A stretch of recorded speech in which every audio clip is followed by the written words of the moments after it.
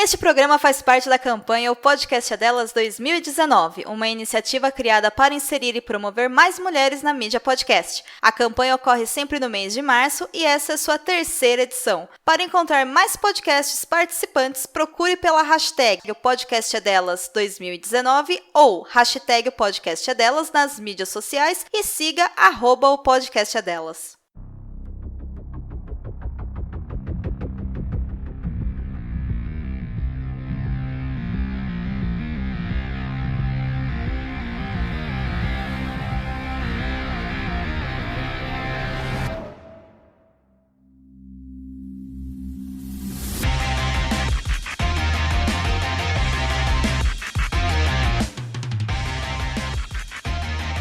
Bem-vindo de volta ao BBcast, o seu podcast de automobilismo e outras nerdices. Hoje, no episódio 19 do BBcast, vamos fazer o preview do GP da Austrália, que dá o início à temporada de 2019 da Fórmula 1. E aqui comigo eu tenho a Débora Santos Almeida. Bem-vindo, amigos!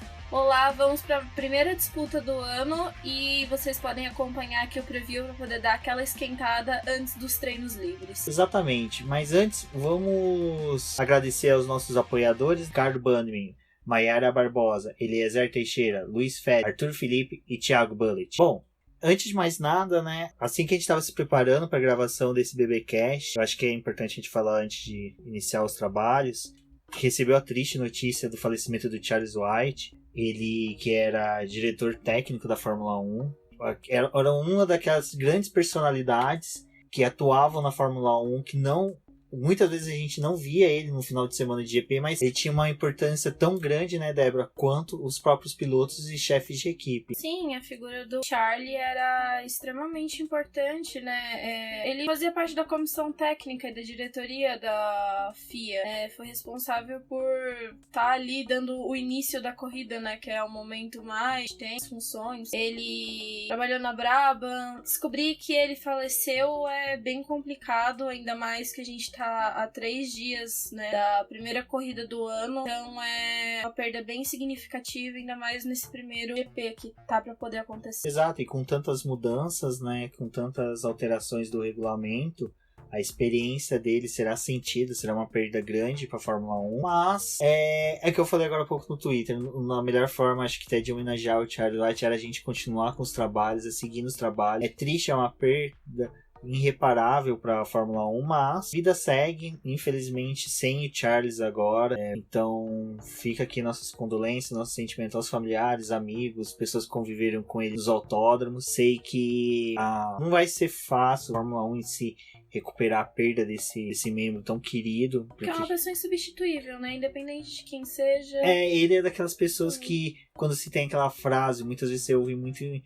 empresas, né, pessoas que têm cargo superior falar sempre para criar uma situação junto aos seus subordinados que ninguém é insubstituível, né? Todos somos substituíveis. Charles White eu acho que é um daqueles que pode ser substituído, mas eu acho que até fazer uma nova personagem, uma nova construção de um profissional como ele, se levará muitos e muitos anos. Ele marca uma época, né, viveu e presenciou várias mudanças dentro do automobilismo, ele fez parte dessas... E você vê, né, o Bernie Eccleston saiu, ele permaneceu, ele foi um dos caras que o Bernie trouxe da época da Brabham pra chefiar, né, auxiliar ele em 97, se eu não me engano, como diretor de prova. Enfim, como a gente falou, esse podcast não era para falar sobre Charles White, mas infelizmente veio a notícia. Prometo aos ouvintes, assim que a gente tiver disponibilidade, vamos fazer um especial. Bom, vamos para a Austrália. GP da Austrália, né, Débora? Que é estranho, né? A Oceania é uma região, é um continente, né? Que antes de surgir a Fórmula 1 já era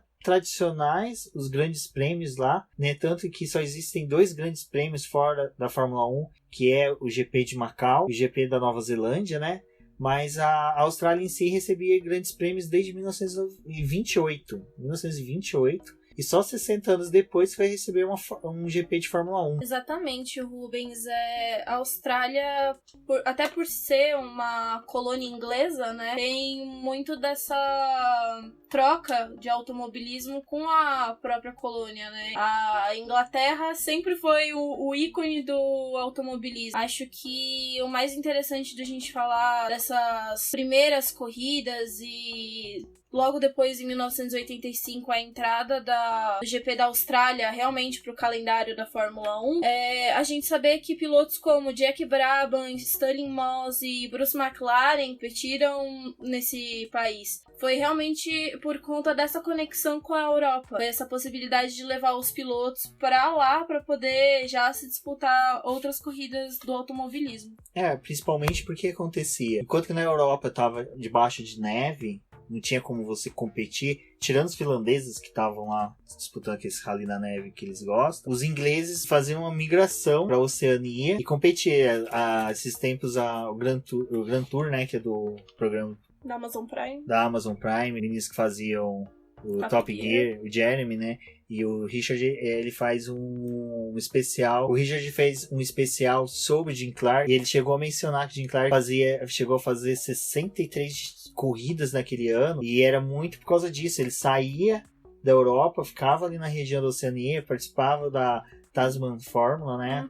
Tasman Series, e disputando corridas ali em Nova Zelândia, Austrália. Então, a Austrália realmente teve essa importância no automobilismo, e de lá vieram dois construtores fenomenais de carros, Bruce McLaren e Jack Brabham. Jack Brabham foi o único piloto, né, que foi campeão com o próprio carro que construiu. Então, a Austrália, ela não é só um GP.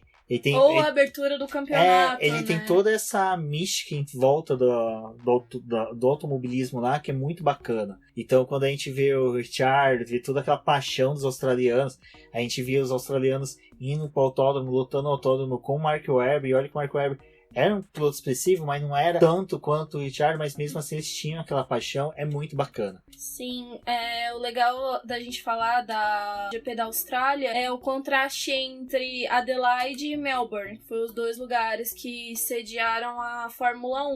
Adelaide era considerado pelos pilotos um circuito extremamente desafiador, que tinha muito desgaste tanto do carro quanto dos pneus. Adelaide não era a prova de abertura, a Austrália acabou se tornando, né, Melbourne, na verdade, acabou se tornando a prova de abertura depois das negociações que teve para poder levar a corrida pro Albert Park e passar a ser um circuito de rua. Então teve toda uma jogada de marketing, muita conversa para poder fazer essa transição, e ocorreu apenas em 1993, que foi quando Melbourne virou a sede da Fórmula 1. E com todos esses tipos de negociação, dos pedidos era para que ela fosse a prova de abertura. Bacana, e o maior vencedor dela, ninguém mais, ninguém menos do que Michael Schumacher. Então, assim, até essa semana foi aniversário do Valese. Valese, eu estou fazendo movimentos de abraço, sinta-se abraçado. Meus parabéns. Foi aniversário dele, e bem no dia o Casola relembrou o GP de 2000, que o Schumacher ganhou. Primeiro pódio,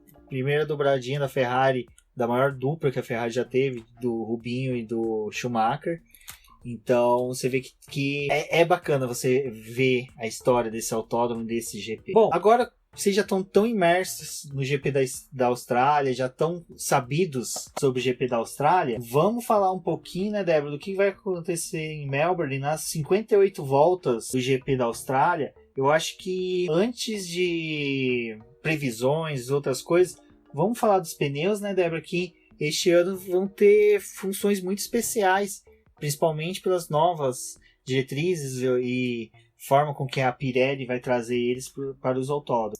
Como a gente já falou em outros programas passados, então, a Pirelli acabou tirando a gama Rainbow que eles utilizavam, que era aquela com mais cores e vários compostos, e a partir de agora a gente só vai ver apenas 3 cores, que é o branco, o amarelo e o vermelho, mas eles estão dentro de uma variedade de 5 tipos de compostos. O C1 seria o mais duro e o C5 a goma mais mole. É complicado falar do GP da Austrália porque é o primeiro do ano. A gente ainda só tem o parâmetro dos pneus a partir dos testes. Ainda estamos em situações inconclusivas de absolutamente tudo, porque a gente não tem uma ideia do que foi testado, de como foi testado. A gente só viu pouco. Então, a gente vai estar utilizando nessa corrida o C2, o C3 e o C4. O C4 é correspondente ao que seria o ultra macio utilizado na temporada passada. O C2, ele é o médio da gama da Pirelli, mas ainda assim com uma goma um pouco mais maleável. O que a gente pode falar também, uma coisa referente aos pneus, é que pela primeira vez esse novo trio vai ser exposto a condições realmente de pista que vamos ter durante o campeonato. Porque Calor. em Barcelona, né, Sim. a gente tinha uma pista que ela tava... Ela Fria. tinha, não, além de fria, ela tinha tido competições recentes. Então ela estava emborrachada. Ao contrário de Melbourne, que como você disse, além de ser um traçado de rua, ele passa por parque, tem árvores que cria lodo, cria limo no asfalto. Então os primeiros treinos livres são fundamentais. Então é por isso que eu sou uma pessoa que defende muitos treinos livres, de sexta e de sábado. Eu já vejo muita gente falando que é besteira, jornalistas, N pessoas, e eu falo, gente, é muito importante. E o de Melbourne será muito mais importante, porque vai ser a primeira vez que a gente vai realmente ver os carros em condições de pistas que teremos durante o ano. Sim, essa é a maior mudança que tem de Barcelona para a primeira etapa do ano, principalmente porque eles vão estar enfrentando calor. É um calor extremo. Em Barcelona, essa questão é bem complicado, porque às vezes os caras fazem 2 GPs em um dia andando na pista, então é óbvio que você vai adquirindo um emborrachamento maior, só que quando você entra na situação de treino, a gente sabe que eles não vão elevar os carros a todo seu potencial, aquela quantidade de volta, não vai ser desse jeito, mas é o momento de acertar os carros pela primeira vez. A gente também lembra aqui que na Austrália os carros já vão estar bem modificados, não vai ser nada parecido com o que a gente viu em Barcelona, já vai ter várias atualizações. Então, basicamente é um carro novo, com um pneu quase desconhecido e é o primeiro GP, acho que é o mais emocionante, né? Porque você vem iludido dos testes e nada do que aquela você ilusão queria que a acontece. Ferrari passou, né? Não, mas tem outra questão também. Você falou da questão do atualizações. A Red Bull ficou tão animada com os resultados do motor Honda nos testes, questão de confiabilidade, que o Adrian Newey retornou rápido de Barcelona para a fábrica para desenhar e evoluir o desenho dele. Vão levar novas atualizações para Melbourne. Olha só que a gente teve o quê? 2, 3 semanas dos testes? Foi praticamente 15 dias. E olha que eles não têm carnaval, então eles trabalharam. Então o que acontece? Provavelmente o carro da Red Bull vai ter um salto de evolução assim bom já em Melbourne. Agora, quem que a gente pode tirar assim? Agora a gente vai naquela parte de especulações, que é o que praticamente acontece agora. Bolsa de valores de Melbourne. Uma equipe que pode se dar bem pela escolha dos compostos é a McLaren. Pelo seguinte, ela treinou muito com o C4. Mas só que é o seguinte, o quanto que o treino do C4 em Barcelona foi tão efetivo, né? Como vai ser em Melbourne. Então, por que eu brinquei com a questão da McLaren com isso? Não tem como a gente ainda saber. Eu acho que até os próximos 2 GPs, né? Eu acho que é só na China mesmo que a gente vai ter uma ideia de questão de desgaste, porque a China vai ser já diferente as escolhas de pneus. A China também é mais um país onde as atualizações acabam indo bem forte para essa corrida, porque tem quase um mês de diferença entre a Austrália e a China, então ali também é mais um ápice das atualizações. E tirando que os 2 primeiros treinos livres, a Williams deve utilizar bastante. Nós devemos... Aquela coisa que eu e o Fernando Campos, quando a gente tá aqui no Interlagos, a gente brinca, né? A equipe sempre que tá com mais necessidade de evoluir, a gente vê 10 carros dela na pista. Provavelmente a Williams, quem acompanhar os treinos, vocês vão ver 5, 6 Williams na pista, porque eles vão usar muito a pista para colher dados, colher informações para evoluir. É legal, é uma coisa bem bacana eles aproveitar os treinos livres para esse tipo de teste. Sim, exatamente. E fora que, vamos fazer mesmo uma lembrança aqui pro programa que a gente fez do documentário, a Austrália dita muita coisa que vai acontecer durante o ano. Sim. Então, a gente viu a Haas, que teve problema no ano passado. Logo no primeiro GP, os 2 carros abandonaram. A Austrália é o primeiro momento de você mostrar sua confiabilidade e vender o seu produto, né, para as outras equipes. Então, se você vence, você já coloca um pouco de medo. Dependendo dessas equipes que estão lutando já por esse meio de pelotão, quem se impõe em Melbourne já vai com uma vantagem pro Bahrein. Não, se a gente parar pra pensar... E a não é Ferrari... só vantagem, só em questão de ponto. A Ferrari, questão de confiança. A Ferrari não estava tão confiante quando chegou na Austrália. Ganhou. E foi algo interessante. Já vamos fazer um review da GP de 2018. Aproveitar esse gancho agora. Que a Ferrari ganhou. E ganhou com base em estratégia, né? Eles mudaram a estratégia dos pit stop. Sebastian Vettel venceu. Venceu, assim, de forma maiúscula. A gente teve o Fernando Alonso, né, Débora? Tendo também um bom desempenho. Se beneficiando também por causa da perda dos 2 carros da Haas. Na verdade, foi um benefício para várias equipes do grid, porque você tirando 2 carros que estavam ocupando o 4º e o 5º lugar, já deu aquele up, né? Deu uma subida para as outras pessoas. A Haas acabou saindo de lá completamente destruída, porque veio de um final de semana bom e perdeu. E você falou da estratégia da Ferrari, foi incrível. Provavelmente, se acontecer um safety car, é uma equipe que a gente tem que ficar de olho no que eles vão aplicar. Então, e é algo interessante, né? Porque a Ferrari fez uma estratégia tão boa. No primeiro GP, parece que gastou tudo. Sabe quando a gente joga videogame, que a gente consegue achar um poderzinho e já gasta o poderzinho no primeiro chefão e depois tem mais 19 chefões e a gente não consegue evoluir no jogo? A mesma coisa a Ferrari. A Ferrari gastou todo o poderzinho dela de estratégia em Melbourne e depois foi tapeada pela Mercedes e por eles mesmos. E a Mercedes mesmo ficou bem chateada, né? Porque é engraçado errou a estratégia. É engraçado essas duas situações das duas equipes lá, né? O Toto Wolff ficou, eu lembro que ele deu umas declarações de como ele, nossa, nós fomos pego pela estratégia dele. Aquele jeito eu parabenizo eles, mas são os filhos da mãe por terem nos tapeado. Então, é bacana, então... Gente, curtam o GP da Austrália. É como a gente sempre fala, é gostoso porque é de madrugada, tá fresquinho. É a volta da galera na madrugada. Dos zumbis, né? Todo mundo acordado. O Twitter é só nosso. Então vamos subir as hashtags F1 no BP. Todas as hashtags, todos os sites, blogs que a gente conhece. Fazer com que mostrar que a comunidade Cabeça de Gasolina, Petrolheads, fãs afins de Fórmula 1 estão ativos. Bom, pulando de 2018 para agora...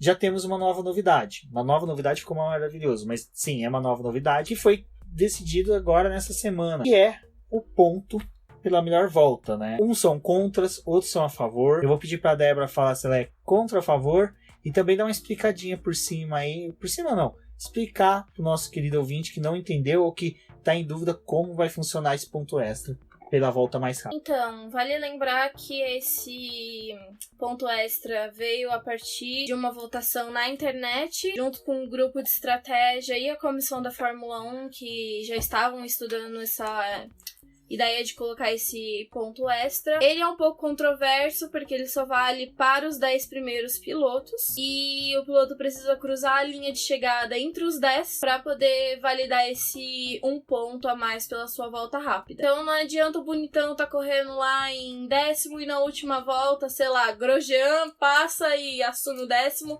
já perdeu o bonitão. Não então, vai ficar com esse ponto. Ele tem que cruzar a linha de chegada, não encontrar o em Grosjean. 10º. Ou seja, se ele fazer a volta mais rápida, faltando 5 voltas, ele estava em 11º, alguém quebrou, ele migrou para a 10ª posição, ele ganha o ponto extra. Também. Se ele for ultrapassado, estava em 10º, se for para 11º, ninguém ganha.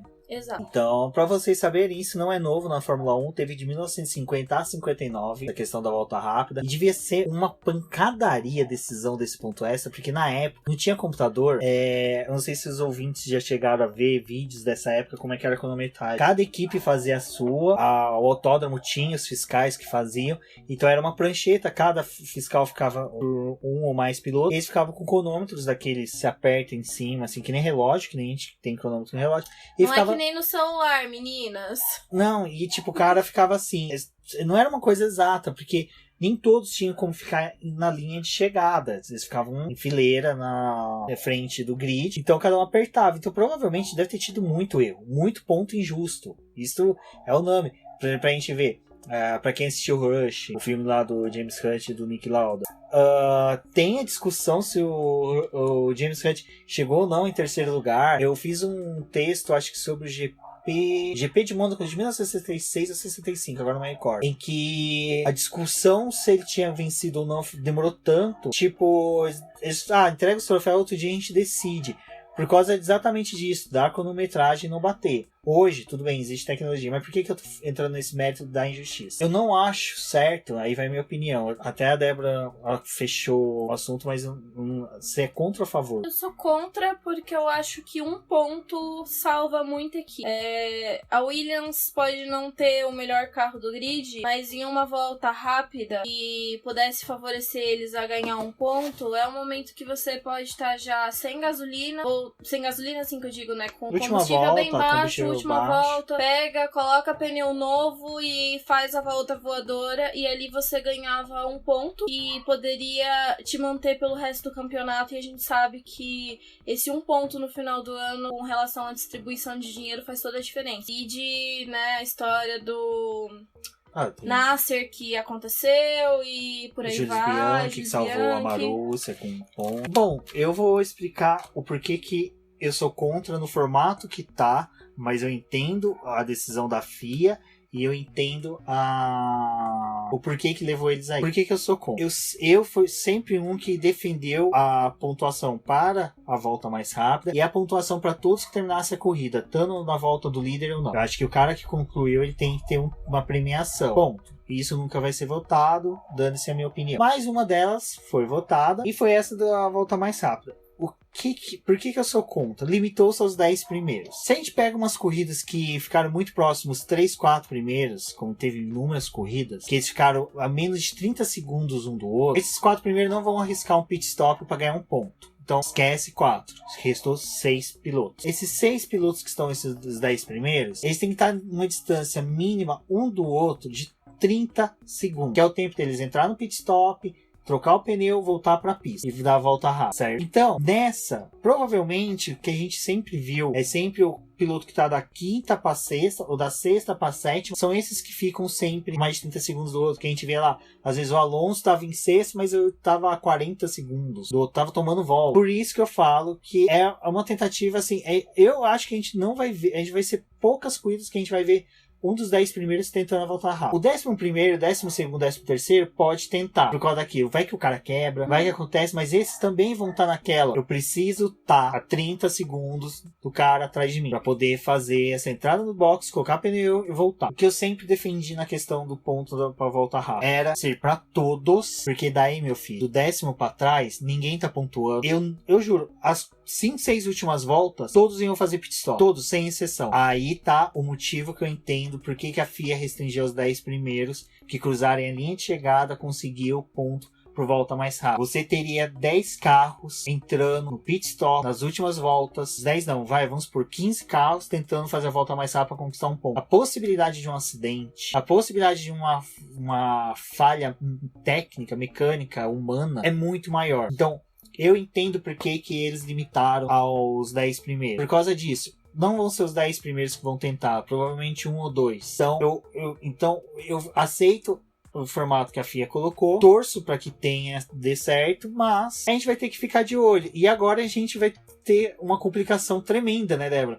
Porque agora a gente não vai ter nem como ficar de olho nos tempos. Porque a Liberty, a gente adora elogiar ela, adora abraçar ela, falar Liberty, meu amor, mas a Liberty às vezes dá uns fora que é horrível. E é a segunda vez que ela comete o mesmo erro, que é tirar o aplicativo, o Live Time, né, da Fórmula 1. A Débora vai explicar melhor porque ela utiliza bastante para redigir os textos e agora estamos sem, né? Então, eles chegaram no final do ano e decidiram cancelar o aplicativo do Live Time, que eles fizeram a parte do que é o aplicativo da Fórmula 1. Então ele ficou lá disponível no formato dele antigo, quem queria acessar pelo próprio aplicativo da Fórmula 1, onde estava concentrado as notícias e o resto estava ali.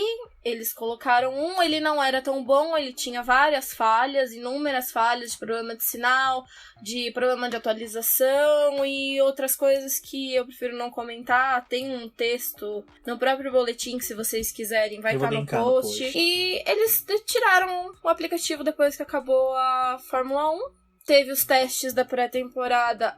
A gente acabava utilizando esse aplicativo porque ele pelo menos aparecia a volta mais rápida dentro de um período de atual, meia hora e mais de 1 hora. Então ele era bem interessante, não tinha a mesma funcionabilidade ele tem para as corridas, mas tudo bem, passou, enfim.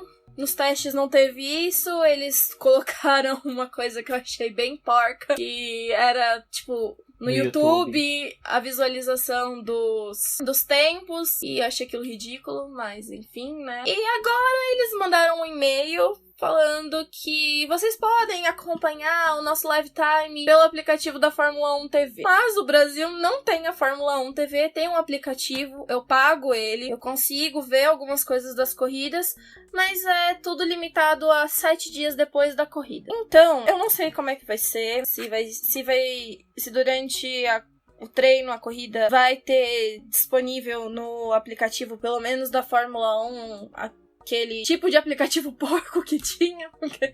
Ai, que horror. Nossa, que ódio. É que assim, na hora que a gente for fazer a cobertura dos treinos, eu vou tirar uma foto, vou compartilhar com vocês, ouvintes, pra vocês verem como é que a gente trabalha. A gente trabalha com praticamente 4, 5 telas, cada uma coisa.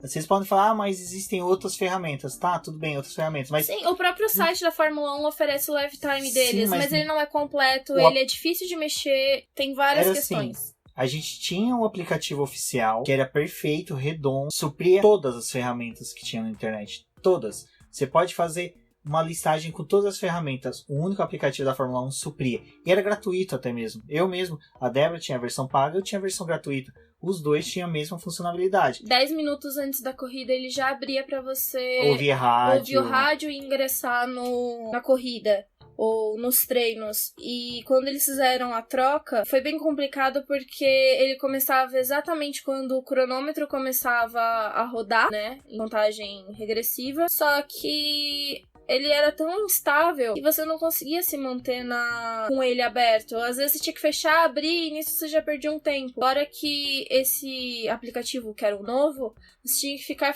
fazendo vários cliques para poder chegar em informações. E o outro você só deslizava com o dedo e trocava entre todas as telas.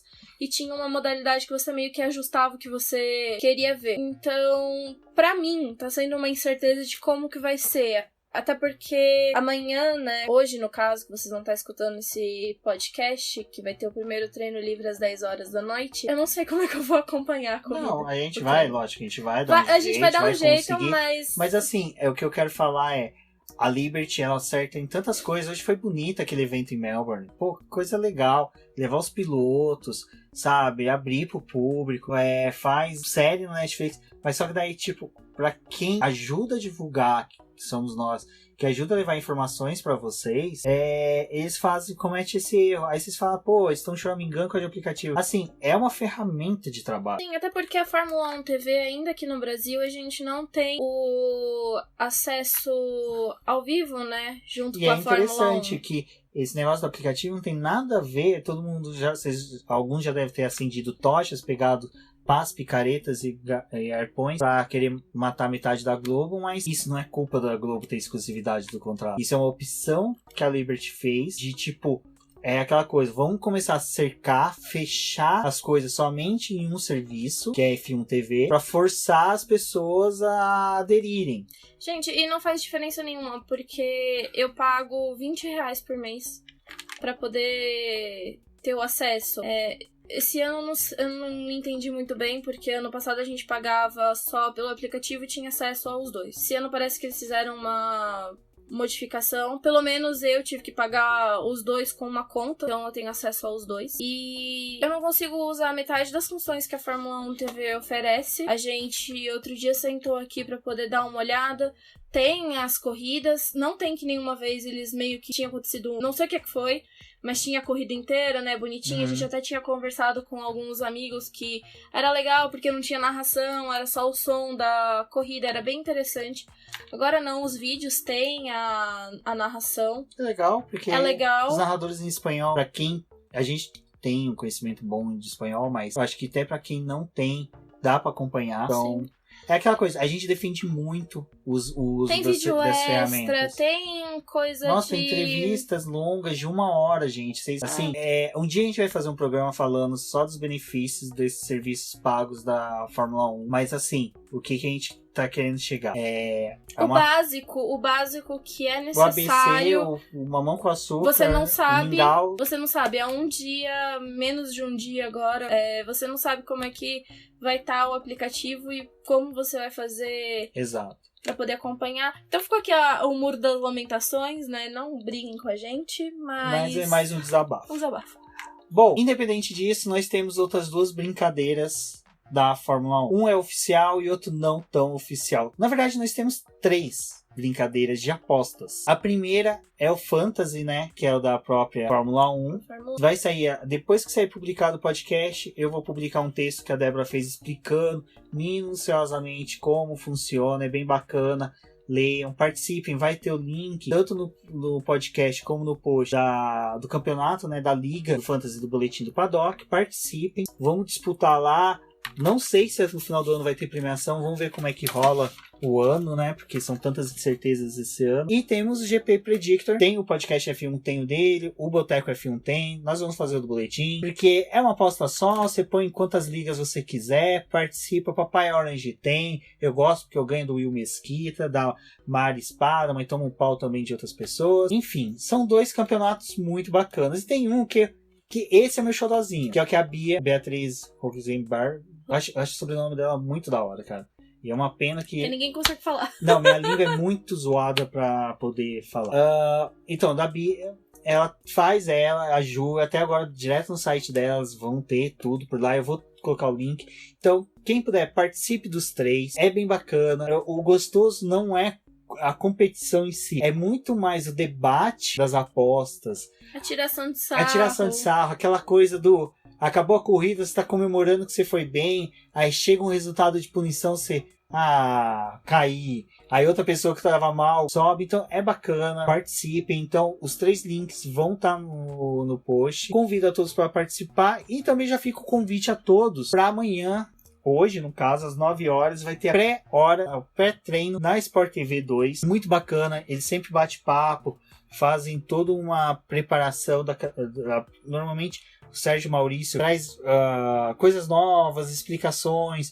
O Jafone, né? O Felipe Jafone, agora, que é o novo comentarista, estará lá. Super recomendo. É um cara que tem um conhecimento. Para quem acompanhava já a Fórmula Indy, sabe o quanto que ele tem conhecimento. Ele já chegou a comentar algumas etapas da Stock Car. Hoje não comenta mais por alguns motivos. Mas é legal. Para quem não tiver a TV por assinatura, para assistir Sport TV, às 10 horas, 22 horas, horário de Brasília, começa no site da Globo.com em tempo real. Né, Débora? Então, dá para acompanhar sim os treinos. É um horário gostoso. Não tem desculpa para não acompanhar os treinos livres. Eles são extremamente importantes. Em algumas, como o Predictor, que você pode mexer, né? O Predictor até... antes da classificação. 1 hora antes da classificação. Do treino classificatório, perdão, Raposo. Assim como o Fantasy também, dá pra poder fazer as modificações. Treino livre, principalmente o terceiro, é o que, assim que acaba, você vai lá e mexe em tudo que você já tinha feito. Zica tudo e depois você se arrepende, então muito cuidado. Vale a pena acompanhar esses treinos, eu sempre defendo que eles são de extrema importância. E justo o primeiro do ano, eu acho que a melhor marca é às 10 horas da noite, você vai estar... Muitos vão estar chegando do trabalho, já pega o pratinho de comida e vai assistir. Exato, e acompanhem com a gente. Então a gente vai estar no Twitter. Então acompanhem com a gente, estaremos no Twitter, nas redes sociais, comentando, falando sobre a corrida, sobre o treino. Então eu já deixo aqui o convite para vocês acompanharem conosco. Eu sou o Rubens Gomes Passos Neto, meu Twitter, RubensGP Neto, Neto23. Podem seguir no Twitter, demais redes sociais também é o mesmo link. Sigam o Boletim do Paddock Diz no Boletim que no Twitter, no Facebook, com o Boletim do Paddock, as demais redes sociais também. Eu me despeço, muito obrigado a todos, vamos embora que agora a temporada 2019 começou. Feliz ano novo pra todo mundo e até lá. Bom, amigos, obrigada por escutarem mais um programa. Se juntem a gente em todas essas ligas, vamos competir. Conversem com a gente agora no Twitter, pré-treino, vamos trocar ideias e tudo mais. Vocês podem falar comigo no Twitter como Death Flowers. Obrigada e até a próxima.